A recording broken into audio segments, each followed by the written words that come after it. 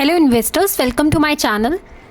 आज हम बात करेंगे एक ऐसी कंपनी की जो 1970 के एंड में शुरू हुई यूपी के एक डस्टी से कॉर्नर में, जहां शुगर केन के वेस्ट, जिसे मोलेसेस बोलते हैं, से केमिकल बनाए जाते थे। यह कंपनी है जुबिलेंट इंग्रेविया, जो 45 ईयर से मॉलिक्यूल और एम्बिशन दोनों को मिक्स करती आ रही है और अब 2030 तक रेवेन्यू ट्रिपल और प्रॉफिट 4x करने का प्लान लेके निकली है, जिसे पिनाकल 345 का नाम दिया जा रहा है। But the question is it possible और just a power point dream? Jubilant Ingrevia जो 2021 में जुबिलेंट लाइफ साइंस से अलग हुई और अब 12,000 करोड़ रेवेन्यू और 2,000 crore EBITDA, which is around 17 to 18% margin का टारगेट लेके चल रही है बाय FY30। आज के टाइम पे रेवेन्यू है 4,200 करोड़ और मार्जिन 14%। मतलब इस कंपनी का प्लान तो काफ़ी अग्रेसिव है, लेकिन direction is pretty much clear.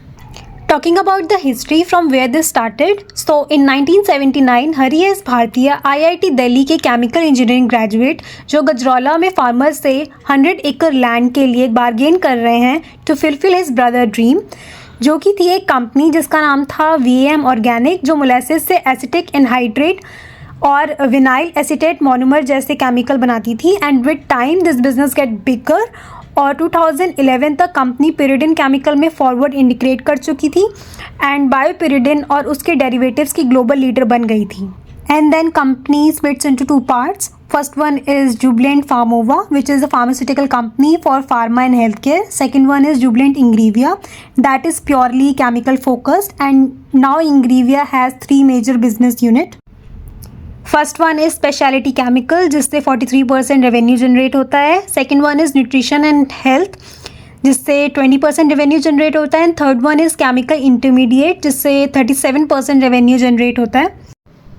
इनके इंडिया में 4 बड़े प्लांट्स हैं टोटल 1000 एकड़ में, और एक्सपेंशन की भी फुल स्पेस है। 1500 प्लस कस्टमर है across India, US, Europe, Japan, and 130 plus products के साथ बिजनेस काफ़ी डाइवर्सिफाइड है। कंपनी की लेगेसी एसिटाइल एंड pyridine से बनी है, लेकिन अब फोकस है स्पेशलिटी केमिकल पे। As I told, speciality chemical अभी 43% रेवेन्यू का हिस्सा है और टारगेट है कि ये FY30 तक 60% तक पहुंच जाए। ये 3 सब यूनिट में डिवाइड है। पहला है CDMO, जिसकी फुल फॉर्म है contract development and manufacturing organisation. इसे ऐसे समझो जैसे किसी मॉलिकुलर डिज़ाइन को तुमने इंग्रेविया को दिया और वो उसे कस्टम मेड बनाता है। एग्रोकेम सेक्टर में एक $100 मिलियन का एक बड़ा कॉन्ट्रैक्ट भी साइन हुआ है अभी, और नए प्लांट भी बन रहा है इनका, जो कि Q4 FY26 में ऑपरेशनल होगा। सेमीकंडक्टर में भी इनकी एंट्री हो गई है। अभी अर्ली स्टेज पर है, पर 8 to 10 मॉलिक्यूल्स पाइपलाइन में हैं, जिनके सैंपल भी भेजे जा चुके हैं। फार्मा CDMO भी ग्रो कर रहे हैं। 65% ऑफ द प्रोजेक्ट इनोवेटर्स के लिए आ रहे हैं, ना कि generic. Risk is quite high, but rewards would be quite fascinating. Then come fine chemicals. यहाँ pyridine derivatives और digetine derivatives दोनों dominate करते हैं। pyridine एक मल्टी यूज मॉलिक्यूल है फार्मा और एग्रो दोनों में, और Ingrevia 25% plus global market share के साथ बिगेस्ट नॉन चाइनीज प्लेयर है। डाइगेटिन बिजनेस भी बहुत तेज़ी से ग्रो कर रहा है, 50% ईयरली ग्रोथ दिखा रहा है, और इनका टॉप 3 ग्लोबल पोजीशन का टारगेट है। कॉस्मेटिक जैसे skin care and hair care में भी एंट्री ले ली है, and lot of products are already launched. pyridines and picolines इनके लिए बहुत इंपॉर्टेंट है, because this is the bread and butter of this business. इनके प्लांट 70 to 80% कैपेसिटी पर चल रहे हैं, जबकि कॉम्पिटिटर 30 to 40% पर हैं, and the reason is cost advantage. नए एरियाज़ को भी एक्सप्लोर किया जा रहा है, जैसे ऑयल फील्ड केमिकल्स, जहाँ pyridine के बाई प्रोडक्ट्स को यूज़ किया जा रहा है। As we know, specialty chemical में high margin and high growth है, और FY30 तक 6,000 करोड़ रेवेन्यू का गोल है इनका, जिसके मेजर ड्राइवर CDMO और फाइन केमिकल होंगे।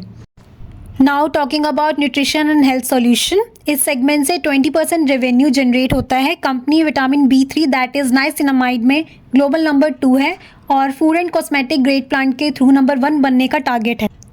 कोलाइन chloride that is vitamin B4 animal nutrition में डोमिनेंट है, लेकिन अब इनका मेन फोकस ह्यूमन न्यूट्रिशन पर फिक्स हो रहा है, which include premixes and formulation.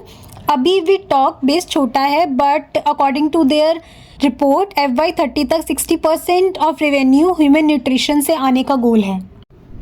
जिसमें ग्रोथ तो काफ़ी स्टेडी होगी, बट इनके जो कंट्रीब्यूटर्स हैं वो काफ़ी रिलायबल हैं, तो होपफुली। नेक्स्ट सेगमेंट है केमिकल इंटरमीडिएट, जिससे 37% रेवेन्यू आता है, mainly acetic anhydride, ethyl acetate और एसिटाल्डिहाइड से। इंग्रीविया एसिटिक एनहाइड्रेट में इंडिया में नंबर 1 है, having 74% share which is huge, और यूरोप, यूएस, टर्की जैसे रीजन में एक्सपैंड कर रहा है।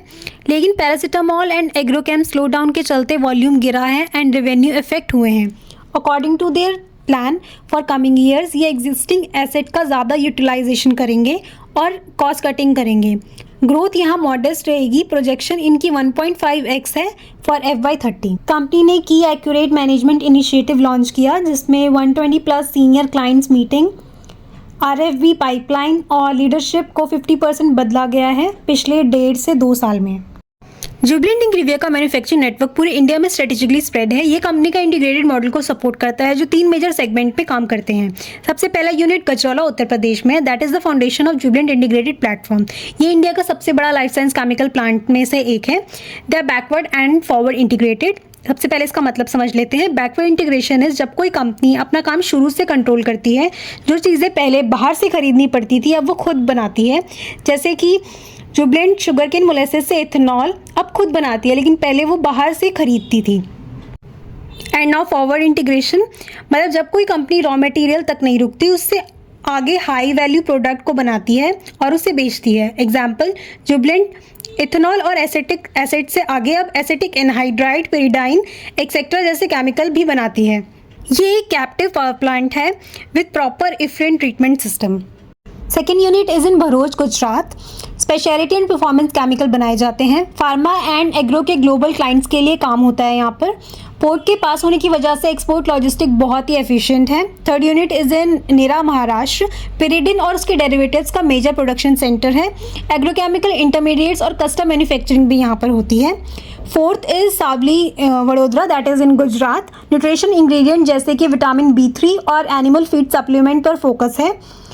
हेल्थ एंड न्यूट्रिशन सेगमेंट में जुबिलेंट की स्ट्रॉन्ग प्रेजेंस का बेस है। इनके कॉर्पोरेट ऑफिस नोएडा यूपी में है and R&D centre Noida and Gajraula में है, जहाँ पर नए इनोवेशन, फॉर्मुलेशन और प्रोडक्ट डेवलप पर फोकस किया जाता है। इनका main focus green chemistry, waste reduction और ग्रीन एफिशिएंसी पर है। Now their financial Q4 result, talking about revenue, 1051 crore का रेवेन्यू हुआ, 2% Y-on-Y बेसिस डाउन है। रीज़न बीइंग पैरासीटामोल की low demand, impact on acetyl products, China से एक्सेस सप्लाई एंड प्राइसिंग का pressure, may be due to supply chain issues. EBITDA is 147 CR which is 61% up. Margin भी 13.95% increase हुए हैं high margin segment की वजह से, that is speciality chemical and nutrition. Also because China +1 strategy, जिसकी वजह से नेट प्रॉफिट भी 152% अप हुए हैं। डिविडेंड भी 2.5 पर शेयर डिक्लेयर किया है। चार्ट और टेबल्स के क्लियर होता है कि कंपनी ने टफ मार्केट में भी अच्छे प्रॉफिट बनाए हैं। सेगमेंट वाइज भी अगर परफॉर्मेंस देखें तो स्पेशलिटी केमिकल एंड न्यूट्रिशन ने ज़बरदस्त ग्रोथ दिखाया है, दैट इज़ 13% और 12% Y-on-Y बेसिस पर। केमिकल इंटरमीडिएट्स में पैरासीटामोल डिमांड कम होने की वजह से परफॉर्मेंस डाउन रहा।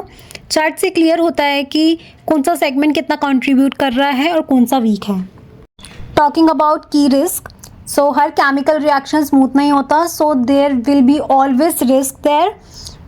चाइना अभी भी कॉमोडिटी केमिकल में डोमिनेंट है, so of course there is a strong competition there. Third one, execution risk, as they are new in semiconductor, so एक फ्लॉलेस एग्जीक्यूशन चाहिए, क्योंकि 3x रेवेन्यू 5 साल में जनरेट करना इज़ नो जोक। इनका 65% of the business export का है, तो टैरिफ, ट्रेड वॉर्स का इम्पैक्ट पड़ सकता है। रॉ मटेरियल कॉस्ट की बात करें तो अगर हेज नहीं किया तो स्पाइक से मार्जिन घट सकते हैं। And now the final verdict about the company, ingredient बहुत स्ट्रॉन्ग है इनके। टॉप पोजीशन इन की मॉलिक्यूल, स्पेशलिटी फोकस जो ग्लोबल ट्रेंड से मैच करता है, स्ट्रॉन्ग R&D टीम है, ESG फोकस्ड हैं। एक्सपोर्ट ने कंपनी को ग्लोबल केमिकल और न्यूट्रिशन मार्केट में स्ट्रॉन्ग ब्रांड बनाया, जिसकी वजह से इन्हें वर्ल्ड इकोनॉमिक फोरम में global manufacturing light house award दिया जो इनकी क्रेडिबिलिटी को बूस्ट करता है। लेकिन ये एक वॉलेटाइल इंडस्ट्री है, सब कुछ एग्जीक्यूशन पर डिपेंड करेगा कि CDMO अपने कॉन्ट्रैक्ट डिलीवर करता है कि नहीं, क्या एसिटाइल मार्जिन सस्टेन करेंगे इन फ्यूचर, क्या सेमीकंडक्टर में ट्रैक्शन इनको मिलेगा, ये सब कुछ देखना पड़ेगा। अगर सब सही चलता है तो ये कंपनी एक ग्लोबल स्पेशलिटी लीडर बन सकती है। अगर आपको ये वीडियो इन्फॉर्मेटिव लगा हो तो लाइक एंड सब्सक्राइब जरूर करें। मिलते हैं अगले वीडियो में एक नए कंपनी एनालिसिस या इन्वेस्टिंग आइडिया के साथ। Till then be kind and invest smart.